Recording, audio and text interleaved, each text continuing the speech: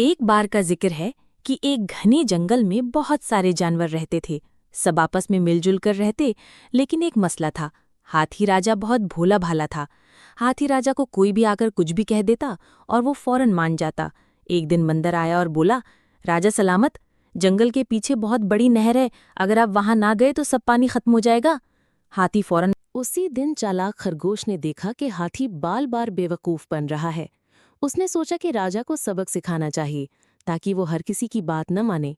अगले दिन खरगोश हाथी के पास गया और बोला, राजा जी, आज सूरज नहीं निकलेगा क्योंकि बादल नाराज हो गए हैं।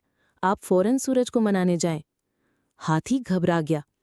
अरे बाबा, ऐसा कैसे हो गया? फिर अचानक बारिश होने लगी, सूरज निकल आया और सब हंसने लगे। हाथी शर्मिंदा हो गया।